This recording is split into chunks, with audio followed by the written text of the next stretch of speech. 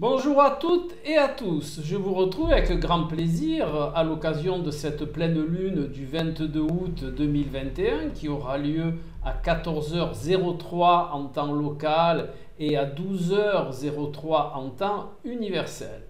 Je vous rappelle qu'une pleine lune, c'est une opposition entre le soleil ici à 29 degrés du signe du Lion et de la Lune ici à 29 degrés du signe du Verseau.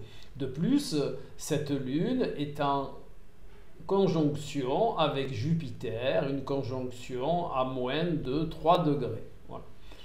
Donc cette pleine Lune, eh bien, comme je vous le disais, c'est une opposition. Et une opposition n'est pas par principe un aspect bénéfique, c'est plutôt un aspect qui crée une dissonance entre l'énergie solaire et l'énergie lunaire.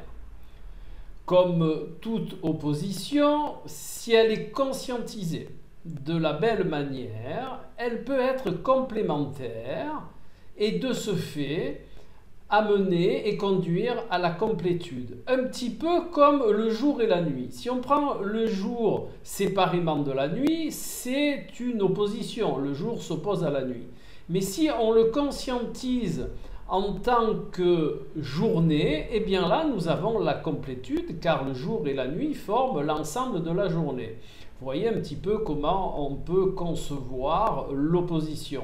Elle peut être dualiste comme elle peut être complémentaire, tout dépend comment on va la conscientiser. Cette pleine lune donc est spécifiée, comme je vous le disais, par la conjonction de la lune à Jupiter dans le signe du Verseau, qui cette conjonction bien entendu est opposée au soleil dans le signe du Lion. Vous vous rappelez que la dernière pleine lune, celle du 24 juillet 2021, était déjà dans cet axe Lion-Verseau. Eh bien là, il va s'agir de finaliser les énergies concernant la dualité entre le collectif Verseau et l'individualisme Lion. Donc, il va être très important vraiment de se rappeler que depuis le 24 juillet, il y a ces énergies qui sont véhiculées par les différentes phases lunaires. Concrètement, je vais vous proposer de percevoir dans vos vies le ou les domaines où où vous êtes dans cette dualité entre vos intérêts propres et les intérêts collectifs. Il serait idéal, bien entendu, de profiter de cette pleine lune pour mettre en place une stratégie afin de finaliser ce ou ces contextes dualistes. Cela peut prendre plusieurs formes. Ça peut être des intérêts entre le collectif et soi-même, entre partenaires, entre voisins, au sein de la famille, au sein de l'entreprise, donc au sein de la vie professionnelle, dans des démarches juridiques. Bien entendu, cette liste est non exhaustive. De plus, petit conseil et petite astuce, vous reconnaîtrez facilement ces domaines à la réaction émotionnelle excessive que vous ressentirez à leurs égards.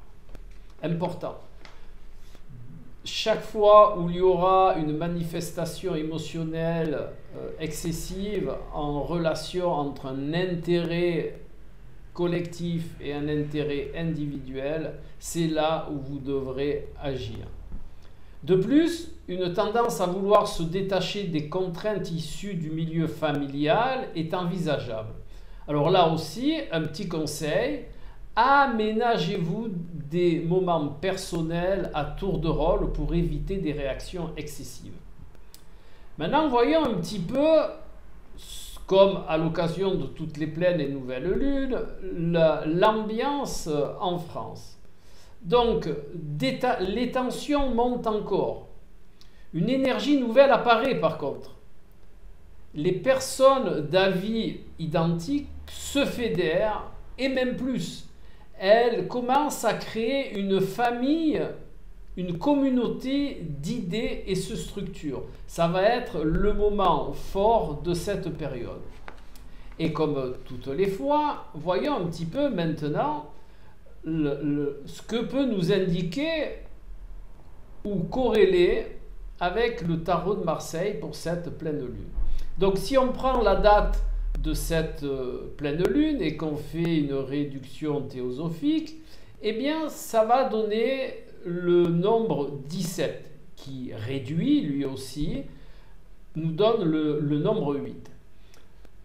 Ce que ces deux arcanes, que sont donc l'arcane 17, l'étoile, l'arcane 8, la justice, nous indiquent, eh bien que cela va augurer une phase initiatique, l'étoile, qu'il serait de bonne aloi, dirais-je, de sortir vraiment des extrapolations et des élucubrations et de réintégrer une vision plus réelle, issue non pas des paroles, mais des actes posés et des finalités. Cela permettra de mieux évaluer les contextes. C'est vraiment important ce conseil, cette vision tarologique, car elle indique, à mon sens, et ceci n'engage que moi, de sortir vraiment de ces extrapolations. Je ne sais pas si vous avez remarqué, mais tout le monde extrapole et personne ne regarde les actes et les faits. Eh bien, c'est ce que nous propose ce tirage du tarot de Marseille pour cette pleine lune. Faites focus sur les actes et la finalité des choses. Ça ne peut pas mentir, car les actes sont les précurseurs, bien entendu, de la finalité. Et ça, c'est du réel, ça, c'est du concret. Voilà. Donc, je vous invite à expérimenter tout ceci, et notamment à expérimenter justement cette notion d'acte posé et de finalité, et à valider ou à ne pas valider, suivant vos expérimentations.